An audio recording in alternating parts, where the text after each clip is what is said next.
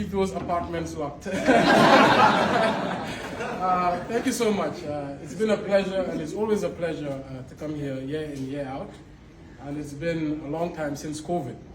That was the last time I was here. I'd first like to acknowledge the mayor, who has become a very good friend of mine.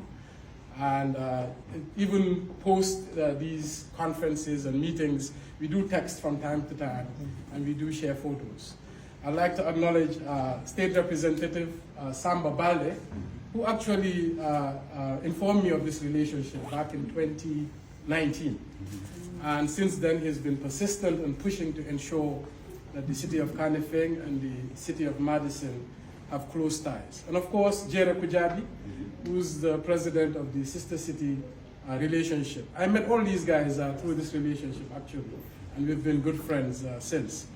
In our delegation, we have Councillor Musa Ba, who's a city councillor in Latrikunda, is a ward within our municipality. And of course, where's Nima, our director of planning, Nima Kamara, who actually is showing how great women are when given positions of responsibility.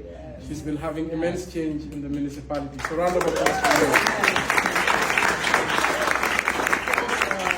There are a few Gambians here, Mr. Cisse and Mr. Drame, and we are happy to always see the diaspora when we come here.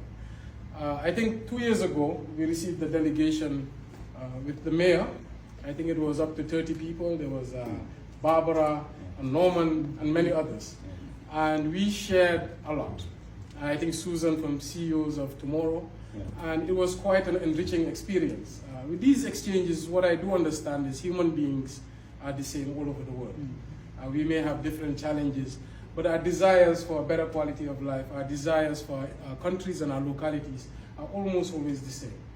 And with the city of Madison, it's been very, very special for us. It's been an inspiration because, of course, we come from a developing country. There's many challenges.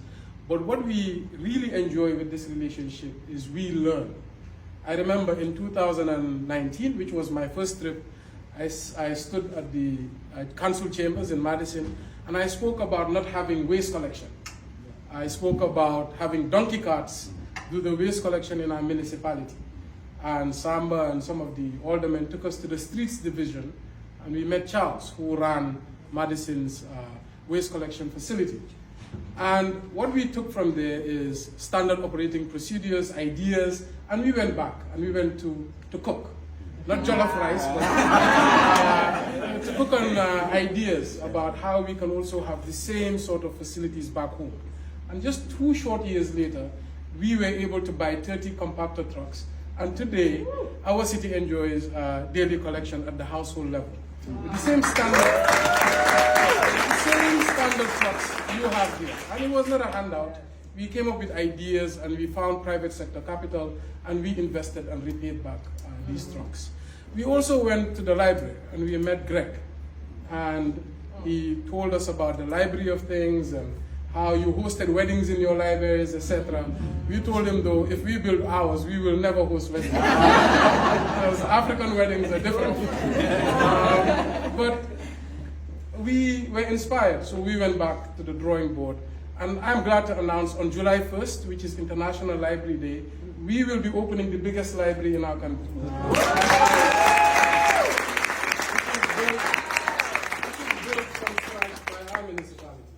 And we are actually calling it the Library of Things. And we are not only going to have kids reading there, we're going to have an innovation hub, we're going to have virtual reality, we're going to fit it with all sorts of interests. We're also even putting a studio for kids interested in rap and music, etc. Aside from that, we visited John at the landfill at Dane County. He's the landfill engineer. And I told him, look, we don't have a landfill, we have a dump site. It burns periodically, we have a lot of issues. And he just gave us simple ideas. We built a fence around it, we built roads, we brought sanitation equipment. And for 3 years now, for the first time in 30 years, we have not had a single fire incident at the dump site. So for us, this is the value of this relationship, is getting experiences, learning from others who've done it for many years.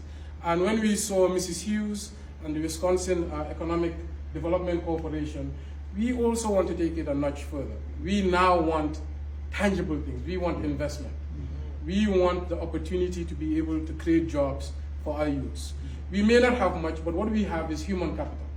And I think that's all that matters. Gambia is 65% youths under the age of 35 years old. They're eager, they're enthusiastic, they're inspired, they want to make a difference. So we want to see how we could bring economic cooperation between the Gambia and of course the state of Wisconsin. A long time ago when I came here, one of the things we spoke about, I think we visited the city's tourism department, and we spoke about not having direct flights between Gambia and the United States, and how it's so difficult to get here. It took us 23 hours to get here. We had to go through Europe, which doesn't make a lot of sense. I know, of course, there must be sustainability, there must be feasibility, but we must dream and we must try. So Samba has just been telling me about investment in cocoa from a Nigerian investor here in Wisconsin, and maybe there'd be a reciprocal investment in Nigeria. What we want to see is there any opportunity, is there any area in which you could have a win-win situation where your businesses can invest in our country and benefit, and our country could also benefit from tax dollars and of course economic growth. So in a nutshell, this is why we're here, and we're so proud of the mayor and the city, because every time we come, it gets bigger and bigger and bigger. Although I just want to clarify something. Jollof rice is from Gambia.